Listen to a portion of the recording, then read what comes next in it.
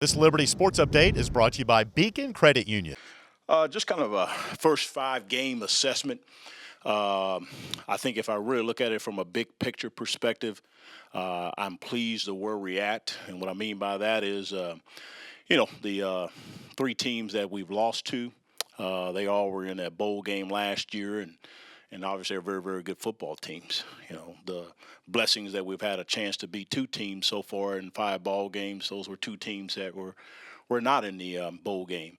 So out the 5 ball games, to say that we're 2-3, obviously I like to be 5-0, no question about that. But I had to say, as being an FCS team, making this transition here to the FBS level after 5 ball games. Again, we've been very, very competitive for the most part. That's what we want to strive to do. Our guys have played hard. They've given out great effort. That's what they can control. We can't control what the outcome of the score is going to be. We leave that all up to our Lord and Savior. So I'm very, very happy about the things that are going on. Now, moving forward here, some of the things that I really am continue to be pleased with on the offensive side of the ball.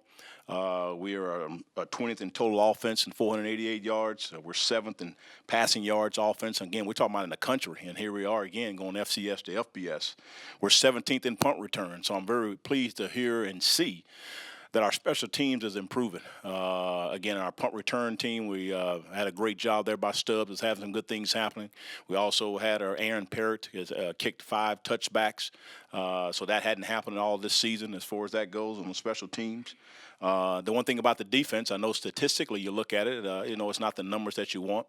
But the guys are eager. They're eager to get corrected on the things that can get corrected. The pleasing thing that I know that the things can get corrected. It's not something that can't get better at as we continue to play, as we move forward in this ball game. So those are the positives that are going on in our program that I wanted to mention to our fans, to let them know that, hey, I'm excited. I'm thrilled. We got this 2-game home stretch, and I know you're going to come out here and support us. Talking about Troy, obviously their program has been very, very historically been very good over the many years. They've been very, very competitive. They've done a great job there. Neil Brown been there 5 or 6 years and has done a fantastic job. Obviously this past season they beat my alma mater there as Nebraska. So they have done some good things for us offensively, defensively, and special teams. He is probably one of the guys in the football world, coaches I should say, that his mind, the offensive mind, is well thought of across this coaching profession, and he continues to do a lot of great things. They're going to have a balanced attack, 196 yards there. What they try to do on the running game there, they're just about 200 yards there, and plus on the passing game. So they're a balanced attack. Their quarterback, obviously, as the starter, is not going to be playing. I don't see that changing their offense or what they do scheme-wise. Sawyer Smith has played in every ball game. A bigger guy, thicker guy, which should say of 6'3", estimated somewhere around 220, 225 pounds. He can run the football. He can throw the football. He's a dual threat guy. So they're not going to change what they do. They do include their quarterbacks in their run game quite a bit. Will they continue to do that? I anticipate that. We'll see. Will they continue to play 2 quarterbacks? That's their decision. But they do have a good offense. Their running backs are probably going to be as good as running backs that we're going to see this year. They're very, very good runners.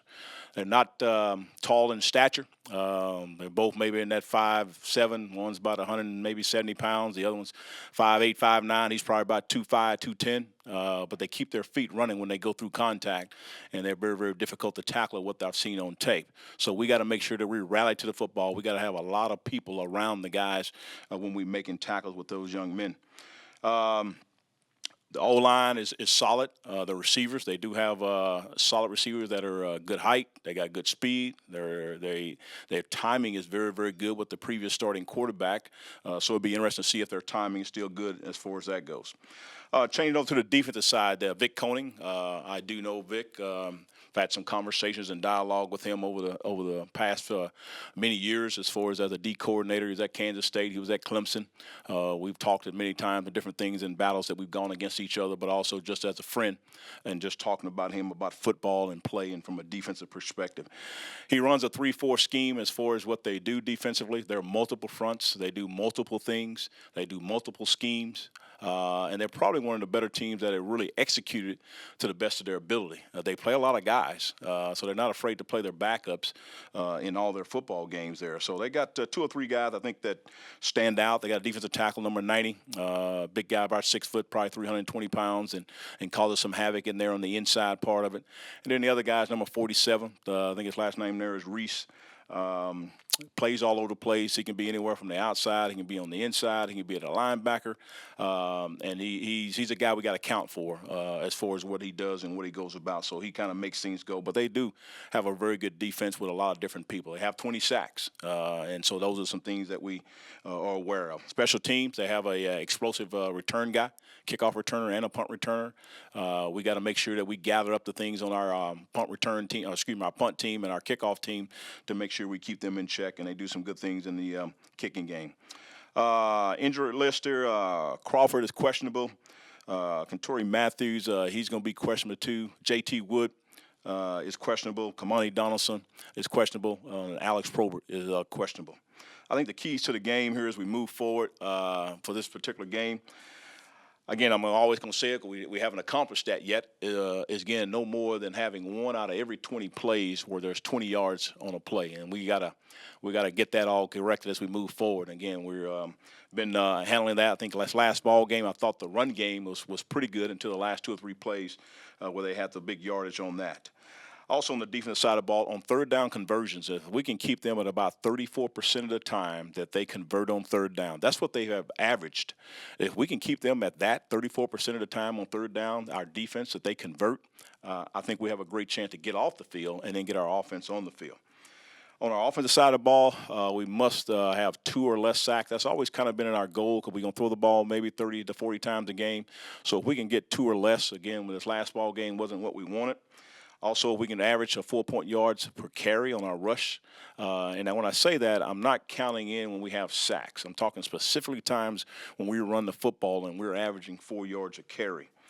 No turnovers. Those are the things that can give us the best chance, the keys to beat Troy. Questions? Coach, just kind of open it up to the offensive line. And with Crawford questionable, I think he had to shuffle some guys around this past week.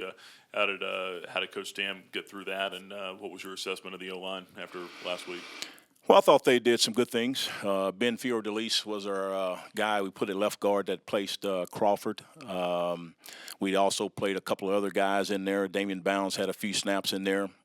We played a little bit at the left tackle there. Cooper McCall, Sam Isaacson got a couple of snaps. We actually already had that plan as far as the tackle position to try to get some more reps with people as we're going to probably get into 80, 90, 95 snaps in a game.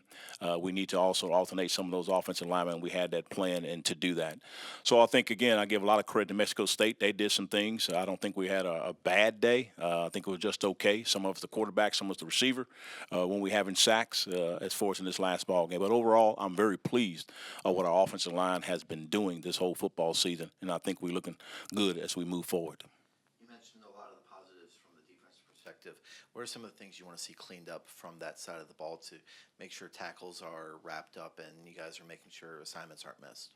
Well, I think we just continue to work on things. I think just like everything in life, just like the Lord, we just keep working on it. The Lord gives us the strength and the guidance to do what we need to do. We can keep on teaching, keep developing. We know that we continue to develop our young men on the football field and off the football field. So, again, I'm encouraged. As long as our guys are eager, they're excited to trying to get things corrected. That's what's been their attitude is coming into our offices and talking football and doing those things. I know we will get it corrected as we move forward. I believe in my coaching staff as we move forward and trying to get things going on the defensive side of the ball. We still got to continue to go well on the offensive side of the ball. We still got to play well on the special teams part of it too. Kind of piggybacking off that defensively, when you sat down for your assessment with your coaching staff and you kind of looked at the numbers defensively from the last 4 or 5 ball games, what was your assessment of the defensive side of the ball, and how can they improve? Well, I think the specifics, if you get into those type of things of that nature, I think some of it's been tackling, but I'm not going to say that's been the total issues. We just talked about trying to communicate. We're trying to talk about trying to do the things that we need to do. I think tackling was really probably the only thing we talked about. Again, we're going to continue to work hard at all those kind of things of that nature. Again, we're still only played 5 ball games, so there was nothing of a, I guess we're disappointed, but I think we're still believing in what we are able to do. Our players are ready to come to work. That's the thing I like, is that we got a great attitude, a great approach. We still see we're an FCS team, just making a transition to FBS. Stay encouraged. I stay in believing in those things. Keep working on your things that you need to work on, and that's everything. Our coverages, our tackling, our things that we need to do on all sides of the ball. So we just talked about everything, wasn't necessarily just one thing in specific, and can keep encouraging our guys. For the third straight week, you're going up against a team that's coming off an extended break with Troy playing on Thursday. With your team coming off, 2 straight long road trips out to New Mexico, is there anything specific you're going to do to try to cut back their workload or anything like that? I know this stretch was going to be a tough stretch as far as the travel and all that. We've done quite a few things there with our nutritionist has helped us out, and some great things there, Miss Melissa there, and giving them all types of things to hydrate, different little things throughout the day. Also with Barry Fink and our training staff, continuing to educate our guys and encourage them on what they had to do. Appreciate Ian McCall gave us an opportunity to have some massages and things of that nature with our players, having on the trip 3.5 hours on the plane back and forth. So we've done all those things. Nothing's ever going to be perfect, but our job is to give a chance for our players to give them the best chance to be successful as far as in practice, and obviously in the game time as far as being ready to play their best football game. We'll cut a little bit of time period. We did that the last 2 weeks. Probably about 10, 15 minutes for us on the football field. We cut that. We didn't practice on any of the Sundays. We just came in and watched the tape and just kind of got them in and got them out so they can get some rest. With JT Wood questionable and with Kevin Shaw redshirting this year, what's the depth like at slot receiver behind DJ Stubbs with Damian King out for at least 3 more weeks? McConnell will be the next guy to get some more reps as far as that goes, and we'll get him some reps. He's been doing a little bit of both. When I say both, he's been playing the outside and been playing the inside as far as that practice. He's still going to probably do a little bit of both, but we'll probably go a little bit more with him in the slot. We just got to see here in the middle toward the end of the week how much or if JT Wood can go and how much can he do.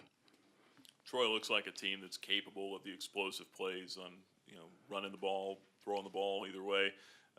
With your defense struggling lately, how do you adjust and prepare for them and what they can do? Well, I think we just focus on us. You can only do so much in football as far as what plays you run and what plays you're going to do. Obviously, we got to be aware of what they do scheme-wise and all that. But it's just more on us just to focus on what the things we need to do to get better, continue to play as a unit, continue to get our guys to rally to the football. I think we're doing a pretty good job of that. We've just been inconsistent. And that's why you continue to go to work every day just like everybody here. You keep going to work. You keep working on your craft. And at some point in time, I think it's all going to click. And I anticipate that it's going to happen this week. Mexico State got a lot of pressure on Buckshot on Saturday. Obviously, they were real good at that the last couple of years. Is that just more of their ability to be able to get to the quarterback? And then also, what was your assessment of Buckshot handling that pressure? Well, like I said, it's not all Buckshot. Offensive line, tight end, running backs, receivers. So I think it's a combination of all those things is maybe to allow them to get to Buckshot. Some of it is the timing was not quite off. Some of it was our blocking schemes. Probably maybe at least 2 or 3 of those. A little bit on us as coaches. What I mean by that is saying that we didn't get in the right protection. And some of that's on us. It's making the calls and making the checks to make sure that we get into those things. Again, they got schemes. And sometimes they line up in certain ways, and we may think they're going to do this, and they do something else. So every now and then they're going to win one, and that's life, and that's football. So I think some of it is us as coaches too. So it ain't just all the players. We're going to make all those adjustments. That's just part of football. That's part of every play. I think also when you run 90-something plus plays, 95, you throw the ball maybe 50-plus times, more than likely you're probably going to end up having maybe a couple of sacks, 2 to 3 of them, and just the numbers alone. I think the timing of it is always crucial in most cases of that nature. Troy, since 2016, is second in the FBS and turnovers, forced interceptions, and among the leaders in tackles for loss. What have you seen them do well about getting pressure and also being ball hawks in the secondary to pounce on those opportunities? I think probably more of it is just their athleticism. They believe in speed. and being very athletic to beat people one-on-one. And so we got to be very, very sound in our technique and our blocking when we're blocking some of those guys. Again, a lot of their players are really more of a 6'2", 210, 215, 220, not necessarily really, really big, thick guys from the defensive end and linebackers. So they play a lot more DB-type body guys, even at the linebacker position. And so when you get one-on-one, you got to make sure your technique is right and give it an opportunity where you can avoid those things. And plus, in other ways, you got to just get the ball out quick. There are a lot of different ways that you can handle those things. You mentioned Smith earlier for them at quarterback, and he's played a good bit as well. Both of them average positive yards in the run game. That's a big part of their offense, as you said. Can you kind of compare, contrast the two as far as being a runner and what kind of threats they present? I think their former starter, number 7 there, probably is a little faster than Sawyer Smith. Sawyer's a little bit thicker, a little bit bigger. Again, all I can go by is what they have on their sheets of paper there as far as their size and their height. I think Barker was about 200 pounds. He's more about 225 as far as Sawyer Smith. So he's a more bigger, thicker guy. They're not afraid to stick their hat in there. They're physical runners as quarterbacks. I've been around those kind of guys as far as been in the Nebraska offense and running the ball and those type of things. Those kind of guys, they don't mind the contact. And I know people looking at it from a negative perspective may say, well, will they get hurt? Are they scared to run them and all that? I've been in that mentality type, and even myself personally, you don't think about that thing. You just want to run the football, and you feel like you're going to be able to do those things. So I anticipate them to do the same thing with their quarterback that they've done in the past. They run their guys, run them just like their running backs. Again, this guy's a bigger guy, and he can handle that from that perspective. So those are kind of the difference, I think, in the two. It ain't much difference, but that's a little bit difference. The one's a little bit faster, the one's a little bit bigger. You guys have opted to go to tackling drills in recent years just to cut back on the amount of contact and the amount of physicality. Do you think about maybe mixing in some live tackling to see if that helps shore up some of the tackling issues that you've seen in the past couple of weeks? I won't do live tackling. I think we can still get done what we need to get done as far as, I'm going to use the term thud. You can always hit somebody, wrap them up, and let them go. Not taking somebody to the ground. Again, we've done that. We're going to continue to do those type of things to improve and all those things of that nature. So, again, I don't think you need to do all the, if you want to say a live scrimmage and tackling to get accomplished what you need to get accomplished. You're going to miss tackles. I think that happens all across the world and all across the country in the college football. You want to limit those things. So I think we can still accomplish the thing we get to done here as far as in the thud. Coach, besides playing in front of your home fans, which you love to do, how much of a relief is it to not to have to get on a plane and go 3.5 hours each way, twice in a row? Well, obviously in this profession, in this situation, you have what you have, and you deal what you deal with.